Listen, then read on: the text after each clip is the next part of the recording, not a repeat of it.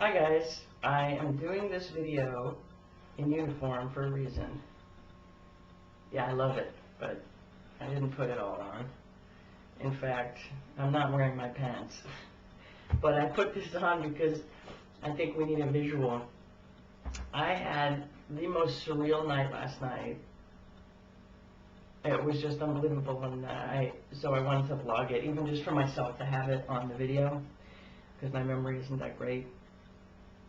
So my girlfriend and I are traveling to get me to an event for the Relay for Life, because my fire department asked me to speak.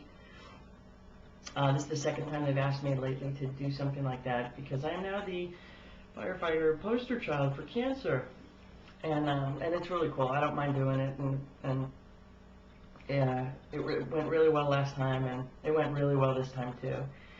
And so I'm driving there, and I'm just not a person who's late.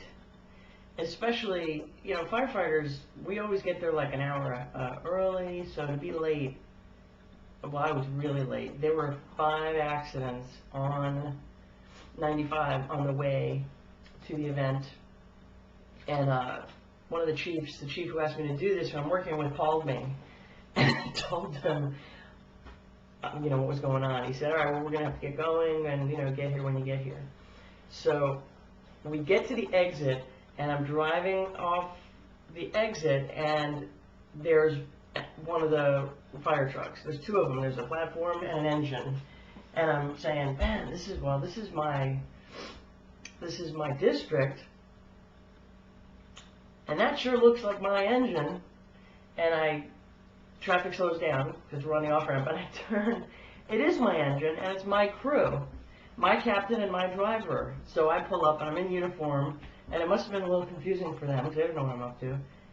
And, you know, I give them we get heckled all the time, so I give them the old, do you think you can move this along a little bit? You know, they turn and they realize, it's you, what are you doing? So it was kind of cool, you know. I didn't realize it was my shift. All right, so I couldn't stay because I would have, you know, blocked traffic. So we continued to the event, and I get to the event, and it was really hard not to start tearing up. The way that I was introduced by my chief. You know, you never really know the impact that you have on other people. You know, most people just don't go around blabbing about everything about how they feel about other people, and so a lot of us don't ever find out, but he blew me away in his introduction.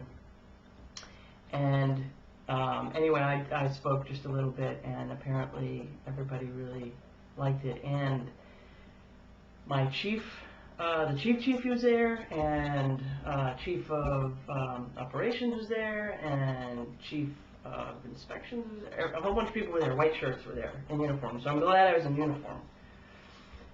So the event's over, and we got there late, so we're hanging out a little bit after people have left, and we decide finally, let's go home. So we start driving home. Mind you, I'm still in full uniform. Tie. Isn't that cute?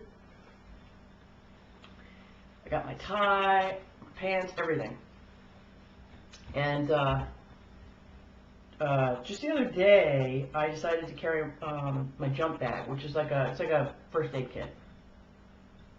It's a little bigger than a first aid kit, and I started carrying it because I'm going to softball games with my girlfriend, and I don't want to be caught anywhere feeling like I have to do something, which I would do, with no equipment, especially at least gloves. So it's in the back of my car. So you know what I'm going to say, right? We're driving on 95, headed back home, and I see what is so bizarre in front of my eyes. My mind thinks it's a video game, which of course it's not. There was this delay, and then of course all the wreckage. I saw a car, must have had a blowout, and it turns out it was a woman. She suddenly veers from, she was sort of in the middle lane, so she had to cross over 2 lanes, and then smashes into the median, flips over, and gets run over by a tractor trailer, semi 18-wheeler. So I see this thing, like, right, you know, 2 cars in front of me, and sort of like a flash of sparks and all that kind of stuff. And now the car in front of me, I realize, has completely stopped, and my girlfriend is navigating. And I pulled a Mario Andretti. I'm very proud of my car handling skills, but we both thought we were going to smash into this car, because we're driving along, probably 60, 70, the speed limit there is 65. Slam on my brakes, and the anti-lock brakes kick in, and if you've never felt that before, they're supposed to help you,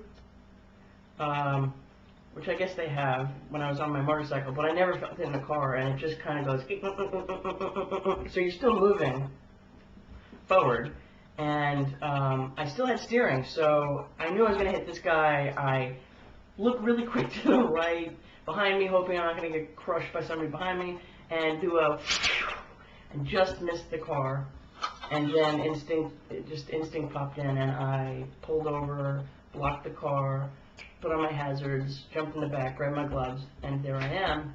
The lady, she's flipped over. It's a mess. I'm hoping there's nobody in the passenger side because it's gone. It's crushed. And luckily, it was only her. And so there I am. So my girlfriend's on the phone, and she's so awesome, and she's just so cool-headed, and she's giving information. She doesn't want to get too close because she will faint at the sight, and it's starting to feel like she's going to faint anyway because she's imagining that there's going to be blood and guts.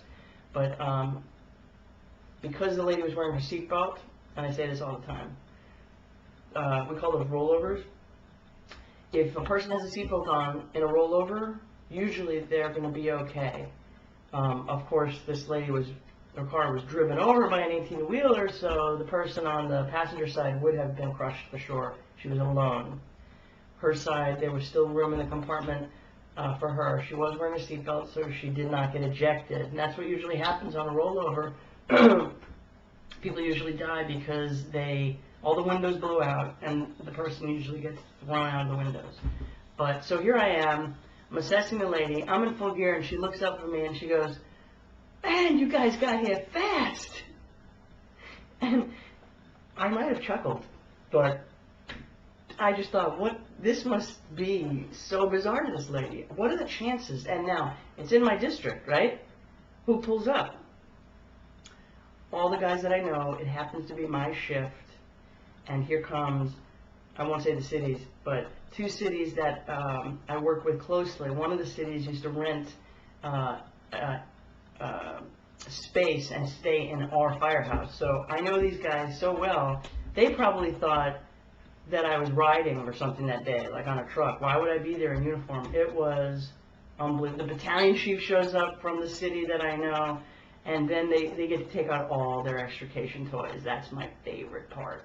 All the hydraulic tools, the jaws of life, and it was really cool. Anyway, they got her out really good, and I felt really good about it. But believe it or not, I was limping last night because I've broken my ankle, and I've got titanium screws and rod in there. I hit the brake so hard, my freaking ankle swelled up. And it still kind of hurts, but anyway, I had to put that on tape because what a freaky, surreal story. And I wanted you to get the picture, so I wanted you to see my little uniform. Because I love my uniform, and I probably won't be wearing it for a while again. So, I hope everybody's great.